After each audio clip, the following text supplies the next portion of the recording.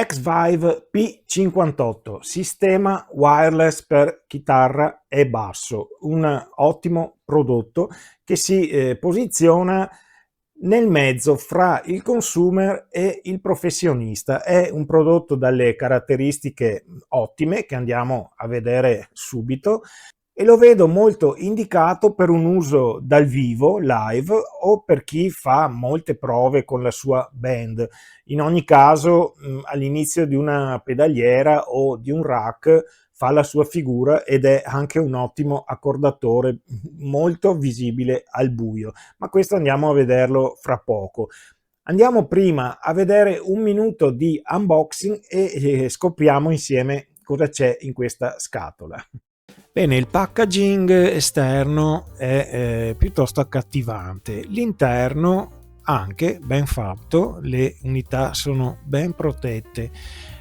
Dentro la scatolina vari dépliant e appunto le istruzioni d'uso molto comprensibili, sono in inglese, comunque facili da capire. Dentro la scatola c'è anche un cavetto USB, poi vedremo il suo utilizzo, e un cavo di alimentazione per il ricevitore. Poi andiamo a vedere appunto questo ricevitore bello solido, dà veramente un'impressione di grande robustezza e che potrà durare per molto tempo. Invece il trasmettitore, anch'esso carino, bello, dovrò metterli sotto carica. Tengo a precisare che X-Vive non sponsorizza questo video, mi hanno inviato questo ottimo sistema ma non mi hanno obbligato né suggerito di dire nulla, mi hanno lasciato la più vasta libertà di opinione, per cui ringrazio X-Vive e ringrazio Mogar Music che distribuisce questo buon prodotto. Andiamo avanti. Ecco, le caratteristiche di questo sistema sono molto interessanti e ve le metto senz'altro in descrizione del video. Mi soffermo su un paio di cose. Primo, è un 5,8 GHz la frequenza di trasmissione e questo vi mette al riparo assolutamente da eventuali interferenze che invece potreste avere con un normale sistema da 2,4 GHz. Questo sistema da 5,8 vi protegge anche se siete ad esempio in piccoli ambienti, un pub, un bar o qualche piccolo teatrino dove il pubblico è molto vicino ed ogni persona ha un cellulare, avete altre fonti di possibili interferenze. Col 5,8 siete molto al sicuro da questa cosa e questo è piuttosto importante. Il raggio di trasmissione è di 100 metri, è una distanza enorme, anche se andate a suonare a San Siro siete dentro tranquillamente. Diciamo non lo metto alla prova, non vado in un campo a fare 100 metri, io mi fido della serietà dell'azienda per cui non dice di sicuro stupidaggini. Intanto accendo le due unità, ecco qua, vedete adesso siamo sul canale 1 e c'è l'RF acceso perché anche qui sono sul canale 1. Allora schiacciando il bottone potete cambiare i canali. Ecco, adesso sono sul canale 2 e qui l'RF è sparito. Allora, schiacciando questo bottone nero si variano i canali, vado sul 2 e vedete che si è acceso, vado sul 3, si spegne, schiaccio e si accoppia nuovamente.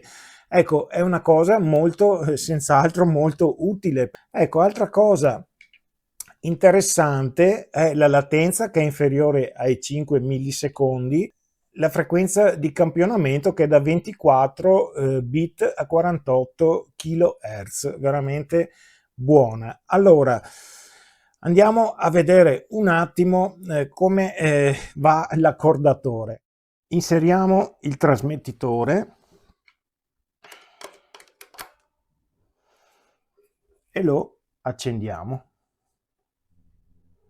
Acceso. Vedete che anche il trasmettitore ha dato il segnale.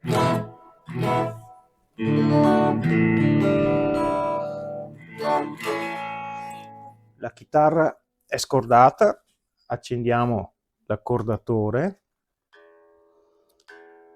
e la accordiamo.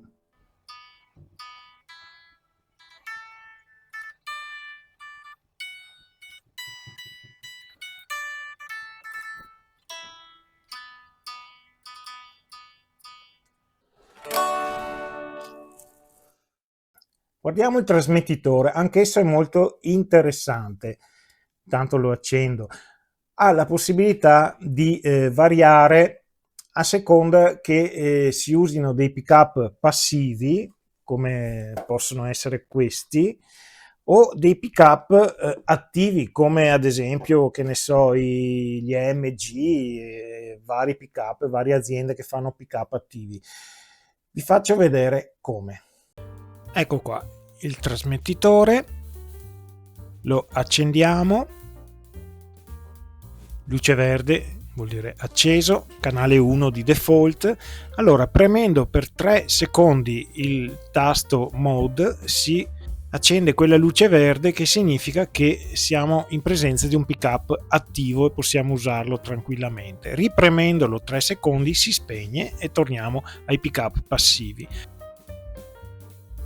Ogni volta che si preme il bottone singolarmente si cambia il canale.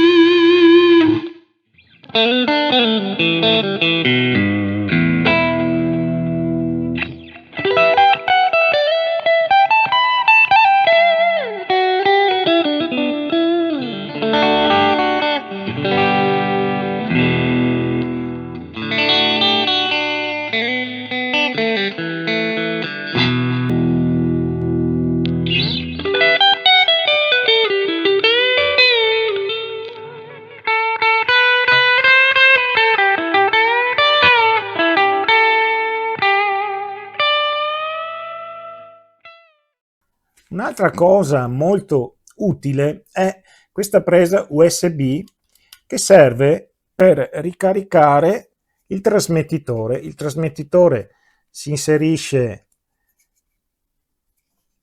qui nella sua presa USB e, mantenendo acceso la base del ricevitore, il trasmettitore si carica anche, non so, nelle pause dei concerti.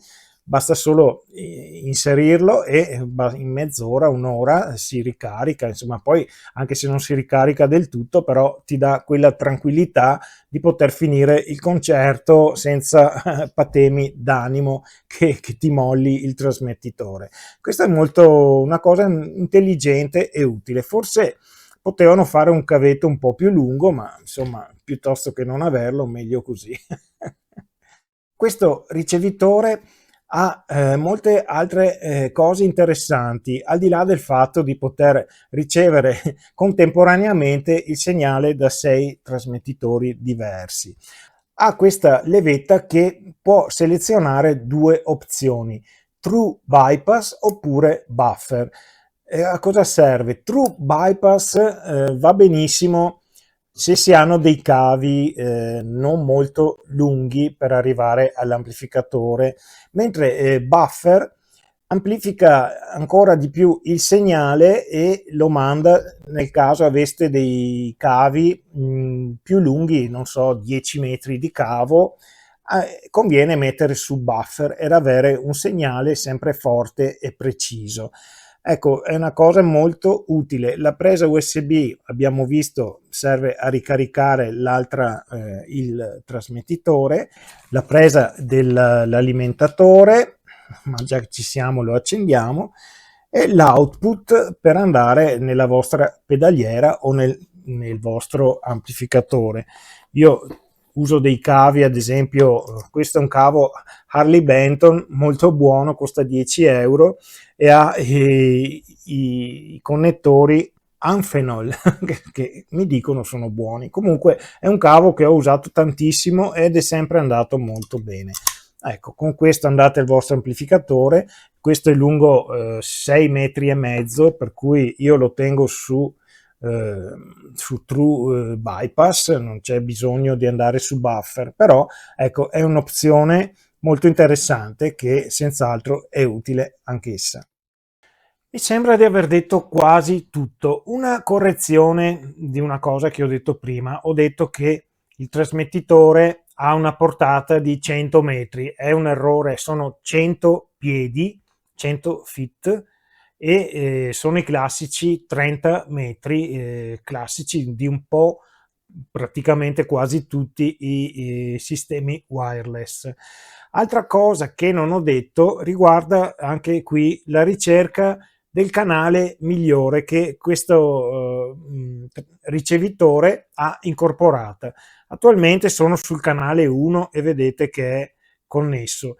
Se io tengo premuto il pulsante qui del canale, si può fare uno scanner e vedere qual è la frequenza migliore. Vediamo se parte.